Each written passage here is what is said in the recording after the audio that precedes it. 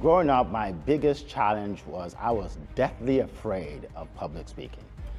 I could not speak in front of more than 2 or 3 people. And I knew this would hinder my chances of becoming successful in life because successful people talk to a lot of people, right? They're good at public speaking. And I was in high school, and in high school I used to sit at the back of the class. And one day one of the teachers walked in and he said, you don't belong in the back of the class with the bad boys because you're not a bad boy. So he put me in the front of the class, and I couldn't believe it because I didn't want to be in the front of the class. And then to make things worse, he made me the class captain because he said I have leadership in me. And I'm thinking, what is he talking about? I don't have any leadership in me. Then anyway, he made me class captain, and as a class captain, you had to give presentations. So the first time I went up there, I was shaking like a leaf, and my hands were watery. I felt sick to my stomach. I was stumbling over my words.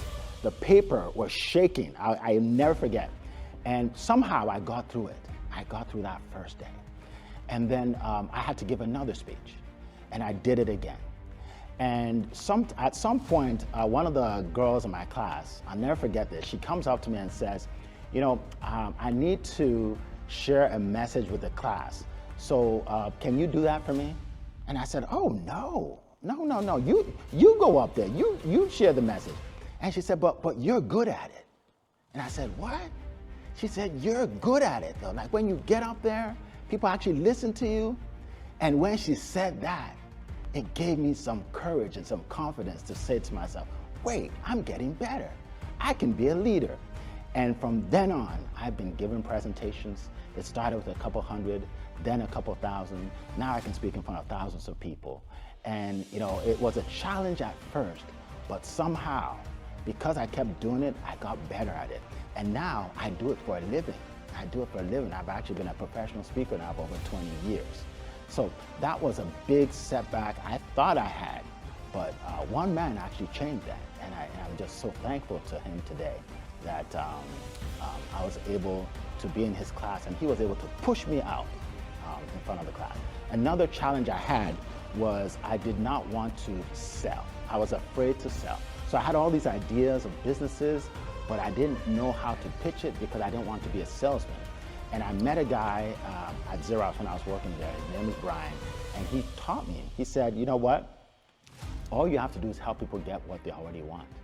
And we would go around these to different accounts, and he would get to know people, right? He would see a picture on their desk and say, hey, is that your family? And they'll talk about family, they'll talk about vacations, and then at some point he'll get into business and say, hey, what do you like about your copiers? Because we sold copiers and toners and stuff like that.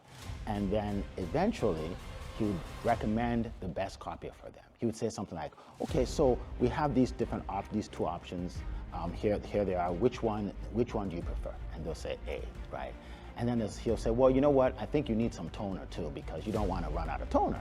So he said we can order 4 months or 6 months. What's better for you? And they said 4 months, and he'll tick it off. And he did that for paper and everything. And we'd walk out with this order of all this stuff. And I realized that the reason he was able to do it was because he got to know them. He got to know their pain, and they listened to his recommendation. And that's how I started what I call compassionate closer. I became what they call the compassionate closer, where you help people get what they already need. And it literally changed my life. It changed my life. Not only did it become a career for me where I'm teaching other entrepreneurs how to sell, but it just really boosted my self-confidence, knowing that I can help people get what they want. It's a win-win situation. They win, I win, we all win.